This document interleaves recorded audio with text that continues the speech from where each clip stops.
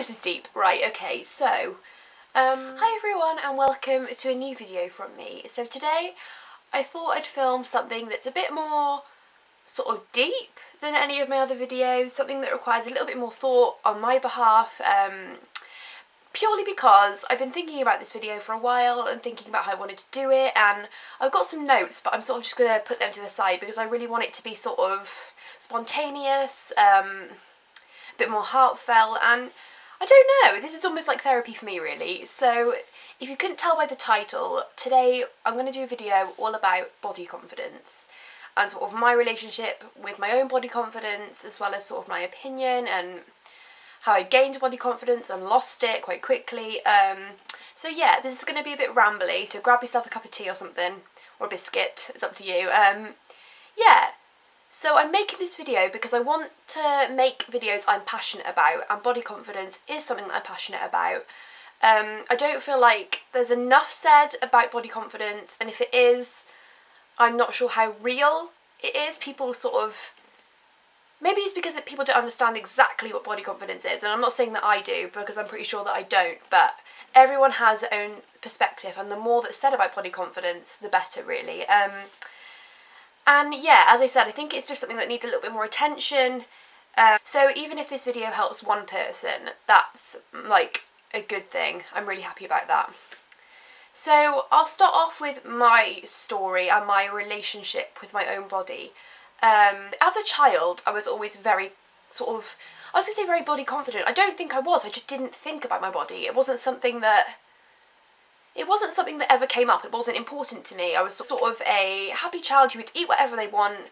I would go to dance, I'd do lots of exercise, but I wouldn't have that relationship. It wouldn't be, I'm going to exercise to keep my body at a certain weight. I just do it because I loved it. I'd eat whatever I wanted, but then occasionally Mum would be like, Emily, you need to eat your vegetables, and I'd eat them. So I did have like a balanced diet, I would say, but I didn't even think about it. It was just the normal. So yeah, that was that. And then when I sort of hit 13, 14, and that like awkward stage where like, everything is changing, I remember waking up one morning and thinking, oh my god, I've got hips. I've got hips. And I remember thinking, okay, that's fine. It wasn't really a problem. But then inevitably when your body changes, you get stretch marks, and mine were pretty bad. I mean, they probably weren't in the grand scheme of things. I know people have it a lot worse than I did, but getting changed for PE was always a problem. It wasn't just on my hips, I'd have them all over my thighs, even on the backs of my calves. It's almost like my body had gone into shock mode, and my body was like, what's going on? And I was stretching, and yeah, so stretch marks came as a result of that. Again, it didn't bother me too much. It was more sort of the faff when I was getting changed for PE. Didn't really want anyone to notice, but I didn't really have any issues with my body until about year 10, 11. I was very unfortunate to have friends, not unfortunate, I suppose I was unfortunate to have friends who were very sort of slim and like had really good figures in my eyes. Obviously that's subjective, everyone's ideal figure is different. I'm sure they probably thought that I had a good figure, but I think as a teenager when you're growing up, it's quite normal to look at someone else and compare them to yourself and think, okay, they've got smaller legs than I have, or look at YouTubers or sort of influencers on Instagram, anyone other than yourself. I think it's quite normal to look at them and think, oh, you know, oh, I'd love her stomach, oh, you know, and yeah, so that's when things started to change for me, and I became aware of what I was eating. It didn't stop me from eating what I wanted. I just felt guilty afterwards. So I remember on prom, prom is like a really big day for a year 11. It was for me, and I remember even on that day, I remember being really conscious about what I was eating. My stomach tends to get bloated and flat. It sort of fluctuates really quickly. So I wake up in the morning, my tummy's pretty flat, or it was, and then by 3 o'clock in the afternoon, I look 3 months pregnant. So I remember even on prom day really being focused on what I was eating, and when we went to prom I didn't eat a thing. So yeah, I think I was aware at this point that I had a bit of a obsession with food. But again, I didn't really think about it, sort of brushed it off. It wasn't till sort of sixth form, and you started being able to wear your own clothes, and you started to be seeing everyone else, lots of girls who, you know, did have what I would call a perfect figure. What's perfect? But a perfect figure.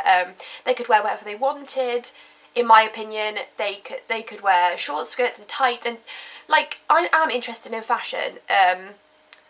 What's popular, the trends. I'm really into that. But I remember thinking at the time, oh, I can't wear that. My legs are way too wobbly for that. Oh, I can't wear that. That'll show my stomach off. And I'm going to be clear, I was not overweight at all. I would say average. Again, what's average, you know? But I don't think anyone would look at me and think I had a weight problem. But I really did in my own head. I remember thinking, oh, I look horrendous in that. Oh, I can't wear that. That's, you know, that's not for someone of my size, which is ridiculous. But yeah, that sort of became a thought that I had every day, sometimes 3 times a day, sometimes 4 times a day. And that's when I really started to struggle with food. I became very strict, very limited about what I ate. So I don't eat meat anyway because I'm vegetarian.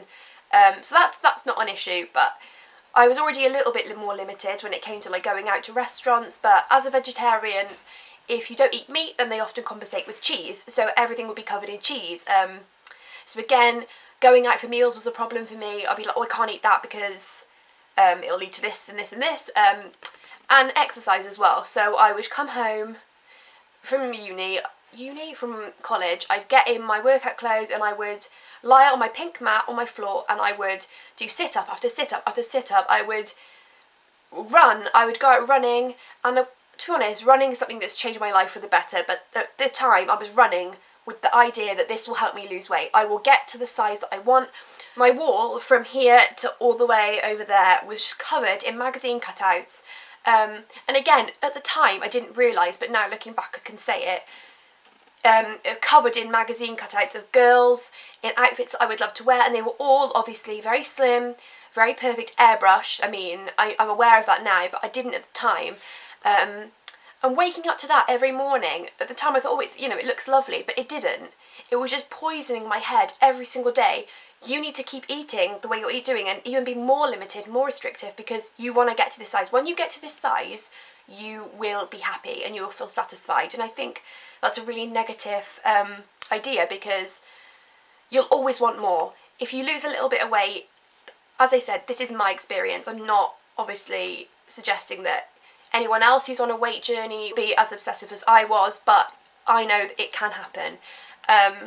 Again, I'm not saying I had an eating disorder, because I was never diagnosed, and I know that people had it a lot worse than me. I'm just trying to get my story across, because I'm sure a lot of people who are watching this would not know this about me, so that's quite scary. But yeah, I would obviously be more restrictive, more limited. I would really struggle. A lot of my friends and family noticed. My boyfriend noticed, and I think a lot of people were quite worried about bringing it up with me, because I become really defensive. I would become not aggressive, but how can you say I've got an eating disorder? Because a lot of my friends and family brought up that quite delicately with me, that could be a thing that was happening to me. And I think as well, I just wanted to be in control of my body. If someone cooked me a meal, I wouldn't know what was in it. I wanted to cook it myself from scratch, so I would do that quite often. I remember one time actually, and this sticks in my head as being quite like a pivotal moment. For tea, I had a bowl of lettuce, 3 cherry tomatoes, and some cucumber. No sauce, nothing. And then my mum had made, the suggestion that I should add some carbohydrates to the meal, so I had 4 pieces of pasta. 4 tiny little pieces of pasta. And I remember sitting down with my mum and dad, and I would avoid eating around them because I would know what they were thinking. And I remember my mum and dad being like, Emily, this needs to stop. You need to get a better relationship with food. And at the time I was really defensive. Now I've come out of that, I can understand exactly where they were coming from, but at the time I was like, how dare you suggest such a thing? So yeah, that was then, and I can't really remember the journey exactly between then and now. Where am I now? Better with food. Still still have that guilt now and again, which I think is quite normal. Some days I look in the mirror and think, yep, you're looking pretty good. Other days, old thoughts tend to creep back. But yeah, I would say the main thing that's helped me is getting offline. So at the time I deleted Instagram, I deleted Twitter, I barely went on Facebook, I tried to limit my YouTube because that wasn't something that was a positive influence on my life. So I limited that, I got out more, I went running, and running, I know it's a form of exercise and obviously in the back of my head I'm like, this will help me lose weight, but running made me feel strong. My muscles in my legs actually were more defined. I didn't really slim down, but my muscles became really toned, but I felt really good about it. I was like, I look like I'm strong and fit and healthy. And that's when my ideal body image turned from being skinny to being strong. And I think that is the most important thing in this whole process. Instead of searching skinny on Tumblr, which you can't do anymore, thank the Lord, I'm searching fitness. I'm searching how to gain muscle tone, how to lift my bum, how to get stronger arms. So that whole cycle then became more positive. I was thinking, what foods can I eat that are going to benefit me when I go to the gym?